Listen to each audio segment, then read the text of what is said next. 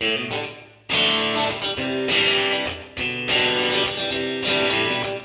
so Mel asked me to come here to talk to you about some of the things we're doing on our farm, where we're growing cover crops and strip tilling. And I put the little green is beautiful there. My kids often ask me, they say, well, what's your favorite color, Dad? And I say, well, green. It's the color of money and also the color of a healthy crop. So I actually probably have a certifiable phobia now of bare ground. I can't stand it. I can't have it on my farms anymore. So just brief description of what we're doing. We're cash cropping corn, soybeans, edible beans, and winter wheat in roughly that rotation. All crops are either strip tilled or no tilled. The other thing is a little unique what we do, it's twin row corn, twin row soybeans, twin row edible beans, so we're just using the same Kinsey planter for all three crops, and then the wheat's no tilled. Began a strip till journey about 6 years ago. Rented or got some custom strip tilling done, and then rented a unit, and then finally purchased our own Soil Warrior. And even before we were strip tilling, I was experimenting with cover crops, be it red clover or other things. So it's been kind of a journey. It's still a journey. I still haven't got maybe things 100% sorted out, but getting closer to kind of a program. So that's just a picture of our unit there. And a fall setup, and that's a deep cog wheel there. You'll see a couple bins for fertilizer placement. Another reason we went to strip till was to be able to incorporate our nutrients. Close up, just again of the fall system. It's a deep cog wheel. It's not a shank system. And in the spring, we'll take that big coulter out and put two wavy coulter, take 2.5-inch wavy coulters. Watched a neighbor of mine for a lot of years. He started strip tilling quite a while ago with a shank machine, and we watched him and liked what he was doing. Good example. I remember walking my dog one day after a rain, and just walking down the side road, and they got his farm on one side and another neighbor's farm on the other side who plows and cultivates. And I remember hearing this noise, and I didn't. What is this noise? So I walk into his field, and it's just plastered with earthworms, And I walk into the other neighbor's field, and I look. Well, you can find earthworms, one's there and one's there, and one's over there. So made me really think that he was onto something. But with his knife machine, I didn't think it was quite the right machine for the hills we had. So when Soil Warrior came along, we jumped on and got one. So just an example of kind of the strip we make. That's in after wheat stubble. It's a nice high berm, crumbly soil structure. It's not too fine. I don't like it very fine because obviously that stuff after it goes through the winter and some snow melt and stuff like that gets pretty fine and is in good shape by spring. Just another example. That's just some volunteer wheat, and again there's that nice berm and a bit of a blocky structure. So Mel wanted me, of course, talk about strip tilling and how it can work with cover crops, and I'm going to show you a few ideas, and really it work in a number of ways. Cover crops are kind of like your clothes, everyone has their own little flavors, so however it fits for you is fine. This is an example of a farm we have where we got it tiled, and of course we wanted to level out the farm because the tile drains, and we got some manure, we worked it all in. It was bare soil. I couldn't have that, so I went in with a pretty simple cover crop, and that's just oats and radish and peas, and we just let that winter kill. And by the time we just went and didn't even do a fall strip tillage, just went in the springtime with the wavy coulters, and that's what it looks like after it's planted. So that's pretty easy to do. So here's an example where we planted red clover into the wheat, and I actually think I even mowed that. I took the straw off sold the straw, and then came in with our fall setup and put strips into the red clover. That can also work pretty well. Later on in the fall, the red clover keeps growing. Those strips, they're kind of disappearing now. They're still there, but they're disappearing. The clover is covering it up, and I like that. It's less exposed soil, and there's nothing wrong with that. And of course, a fall kill of that red clover, and you're golden for planting in the spring. Sadly, this isn't my field. I robbed this off somebody else, but this is a neat idea where he's putting fertilizer on, so he mixed in some oat seeds with the fertilizer and made his zones and got some pretty nice oat growth on top of those zones. I tried it. Mines aren't nearly as impressive, but I didn't actually have any fertilizer, just had some dairy manure on there. And this is a bit of an opportunistic cover crop, we'll call it. About 5 days before we're harvesting the wheat, we got hail, which knocked about 5 bushels of wheat out of it. So well, there's my cover crop, right? So then all I added was the strips and the oats. Heard of guys interseeding into standing corn, and my brother's now farming with me, and he's an engineer by trade. And so I said, Jeff, make me an interseeder, and but your budget's $2,000.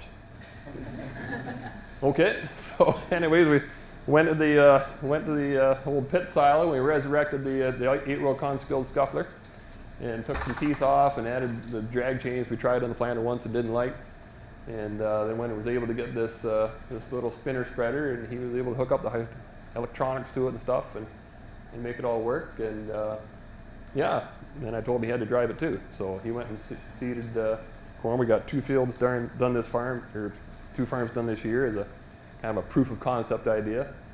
And so there's the results. In obviously the corn's near harvesting here. The rye, that's annual. Sorry, the annual ryegrass we planted, which is a good base. Like some guys are putting in some crimson clover, maybe some brassicas too, which I think maybe I'll throw a few of those in this year. And you see the kind of growth you get there. Doesn't seem to rob any yield from the corn. We had good yields on that farm. And so obviously we had a pretty open fall this year, but that's what it looked like on Christmas Eve. And really, really nice cover. One of the things I really enjoyed about that was the when you go in with the combine and the buggy, there's no mud on the tires. There's that carpet of grass there. I was telling some gentlemen earlier that the one farm we went in and got chased out that afternoon by about a 1/4 inch of rain, came hard and fast. So we went home, came back the next day, walked all over it, no problem next morning. So that was a kind of a big eye opener for me. Just another example of a cover crop and strip tilling. This was a farm we were planting this way, the short ways, and well, we got sick of that, so we were going the long ways now. So we had it wheat and we had it disked, and to level out the ridges we had made from strip tilling. And so we're going the other way. So I planted cereal rye in there, and here's just making some strips, and they'll fall after the cereal rye growing up a bit. Another thing you can do is you can plant a cover crop, just drill it in or broadcast it in after wheat, and then come back and strip till it later. That's what it looked like in the spring. We went to plant. That's dead in the tractor there. You can see the fair bit of cereal rye growth there. That's actually what you're looking at there in the stage it's at is kind of a mistake. It's kind of you can see kind of it's half dead, half green. Cover crops, really, you're either planting them when they're green or you plant them when they're dead. We actually noticed maybe a bit of yield loss on that farm, and I blame it on the timing of that. But the nice thing was, it's not for lack of stand. We got a nice stand of beans there and some nice some residue cover there. And so you're seeing some guys with real thick mats there and getting, there's moisture retention benefits there. It's a mulch that's going to help with your weed control and that kind of stuff. So that's something we want to keep working at. Les stole my joke. I was going to talk about snert and the neighbor that plowed and brought the snert over to my farm, but joke's been told, so we'll just go on. Some of the reasons were, Mel had asked about evidence of soil health, how these things have improved soil health, and I haven't really got maybe any direct evidence, but certainly when I looked at this farm, this is not my farm. Obviously it's plowed, cultivated. We've got quite a bit of water that comes through here, and obviously that water is moving it's moving somewhere. It's in this case it's going to an open ditch, and it's carrying sediment, it's carrying nutrients with it. It's kind of a tough picture to see, but you can see that's the same spot, and that water turned into this washout, right? We got stones and there's a lot of topsoil loss. I don't know how many tons of topsoil that is, but I think we can all agree it's a lot. So the day that picture was taken, I just turned the camera around and took a picture of one of the farms we manage. And you can see there's the open ditch. We both have the open ditch in our farm, roughly taken in the same amount of water from the watershed. There's a cover crop, strip tilled. There's no water running off that farm, right? Same day, I went and said, well, what do the tile look like? And you can see clean water coming out of my field tile. You can actually see the water coming down over through the creek, and that's muddy, sediment water, and where my clean water is mixing in with it. And again, that was a bit of an aha moment, saying, I think we're on the right track with what we're doing. When you look at your local rivers, or we have Morrison Dam close to where I live, and after a big rain or snow melt, and it's that chocolatey brown color, it doesn't have to be that way. We certainly can crop in a fashion that that water can stay clean. Again, the soil health though has some winter-killed wheat. So just an example, I think it's a cover crop, 12 species plus cover crop we planted there. And I think we can all agree that this soil is likely a lot healthier than that soil there. That soil's bare, very little for the microorganisms to eat, or the soil fauna, that kind of stuff. Same field, just pulled up a turnip. You see this all the time, especially with the brassicas. The guys will show you their big tillage radishes or whatever. This is a turnip. Oops, sorry. Always seems to be a worm inside the roots there. They're really attracted to it. And I'm told these things, when they break down too, when that breaks down, it'll actually help with slug control. And that's something we actually haven't seen much of, is any really slug damage. So again, another fear we don't have to worry about. This isn't my picture, but I can agree with it. This is just a cereal rye root. You can see that there's not a lot of top growth there, but look at that extensive root growth. Had one farm where we tiled it, planted cereal rye, and I came into the farm in the spring to see how it was going on. I went to the toughest part of the farm, in a tough clay knoll. Started digging. I started following the cereal rye roots. I stopped at 2 feet. I was tired of digging, and the cereal rye roots were going down that deep. So I guess one of the messages I want to give here is that I think we're at a point now where there's probably enough local experience that really anybody can dive into cover crops and however they want to do it, and there's people around that can help. Like I mentioned before, I watched my neighbor strip till and learned from him and saw that earthworm activity. I kind of question wisdom. I guess wisdom comes from experience. I think it's fairly low risk. We can do this now.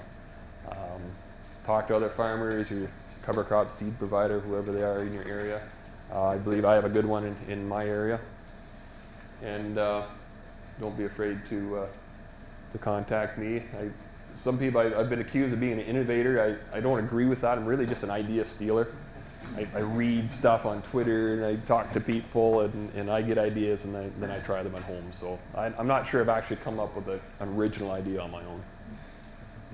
So that's my Twitter handle. If you want to contact me that way, feel free to email me if you have any questions. If I don't know the answer, Mel mentioned I'm on the Innovative Farmers Board. There's some cool guys on there that know a lot of stuff. And I'd look this name up too. She was a presenter at her conference, and she's doing some real neat stuff in France with cover crops and things too. So a lot of knowledge out there. You just got to pick at it.